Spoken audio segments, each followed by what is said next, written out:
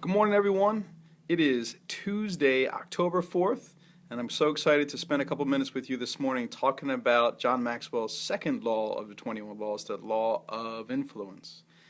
Last week, during our regional consortium's very exciting times, we talked about the law of the lid. Remember, your capacity to grow the organization completely correlates to your overall ability to lead. Remember, you are the lid on your organization's success.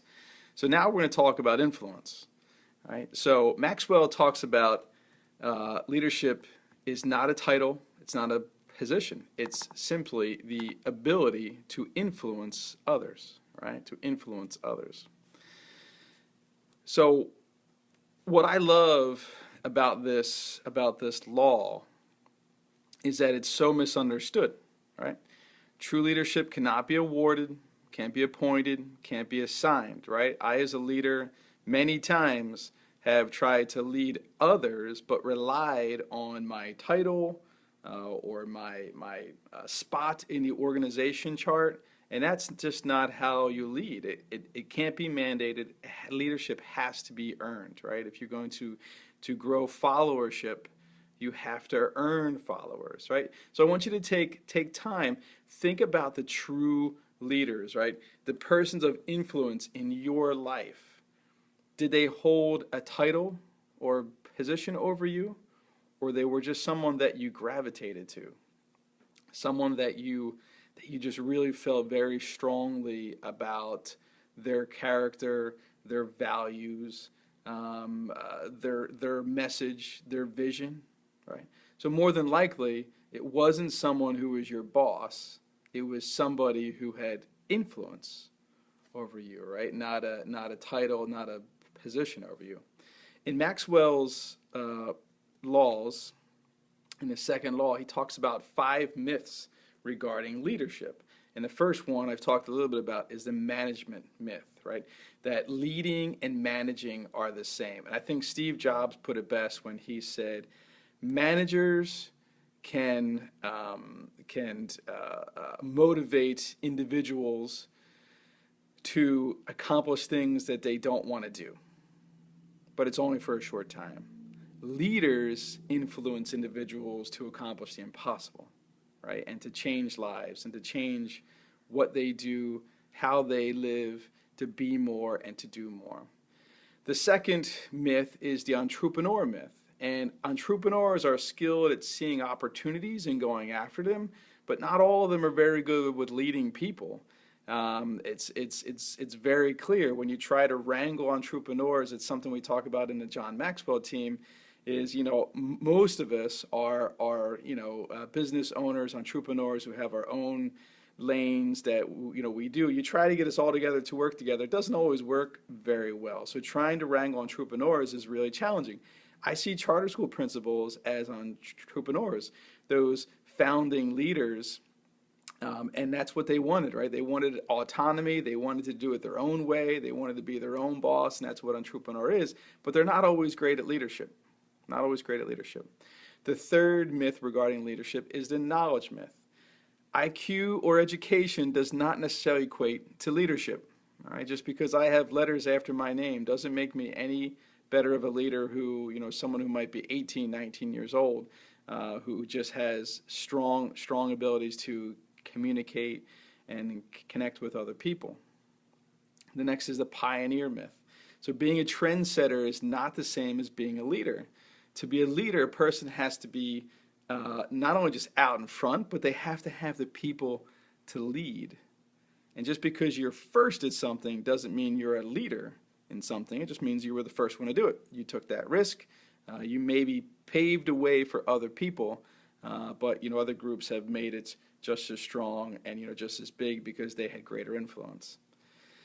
And the last myth of the 5 is the position myth. And again, this is leadership's not ranked. It's not a rank. It's not a title. It's not the position that makes the leader. It's the leader that makes the position. So I want you to think in your organizations, in your schools, you have many people who are leaders. Everybody in your organization is a leader at some level, and it's about you multiplying your leadership to help them grow their influence to trickle down, right? We talk about one big mistake that leaders make is they spend the majority of their time, 80% of their time, with their bottom 20% of their staff, when it has to be the opposite. You have to spend 80% of your time with your top 20, so then that can trickle down and multiply leadership.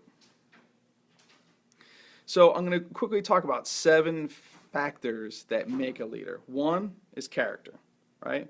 This is who they are. True leadership always begins with the inner person, okay?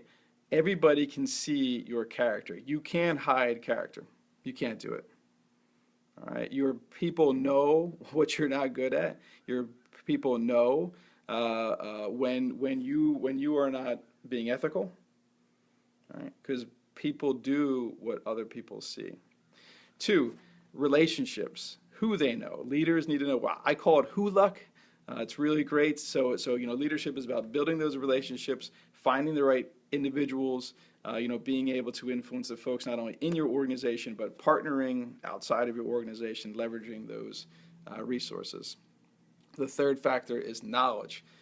What they know is important. Information is extremely vital. You need a grasp of the facts to really develop a vision for the future.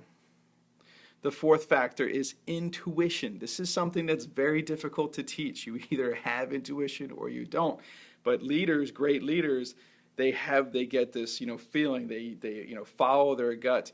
They seek to recognize and influence the intangibles such as energy, morale, timing, and momentum. They're just very, very good at it. They know exactly when to pull the right strings. And to push the right buttons. Intuition is very, very important in leadership, because the law of timing will tell you that sometimes you can make the right decision at the wrong time or the wrong decision at the right time. Either way, it's not going to work out. Experience is the next factor, where they've been. This is a huge factor in leadership. You have to have experiences, but most importantly, a compound effect. Evaluative experience is the most important experience. So you can take that experience and learn from it. I read this quote recently. It said the greatest investment that you can make is what you've learned from your past, right? So your greatest investment in the future is your past history and what you've learned from those decision makings. Past success. Nothing speaks more to followers than past success. If you come in with a lot of credibility, if you're taking over an organization, maybe it's a turnaround situation, definitely your past success is going to be a factor that make a leader. And your last one is the ability, what you can do. The bottom line is that everybody in your organization wants to know that you can lead them to victory. As soon as they no longer think that you can deliver, then they're going to stop following. And we saw that a lot yesterday. If you follow Major League Baseball, a lot of managers lost their job. So some quick reflection of these 7 factors. Which do you rely on most to persuade the people to follow you? Is it your character, relationships, knowledge, intuition, your experience, past success, or your ability? Rate that on 1 to 10, and then create a plan based upon which ones might be a little low, that you can make sure that you get that under your belt.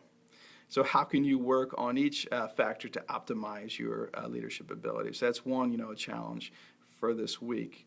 And remember, people won't go along with you if you can't get along with other people. So if relationships is your lowest, I would start right there. That's why John has it number 1. So I'm going to close this teaching with this great quote that finalizes the chapter 2, the law of influence of the 21 laws. And John, this is a proverb. He says, if you are leading and no one is following, you're merely taking a walk. So remember that. If you're leading and no one's following behind you, you look over your shoulder and there's no one there, you're merely taking a walk. So you want to go back to those 7 factors of leadership and see where you can grow your influence. Have a great day, everybody. I'll talk to you next week.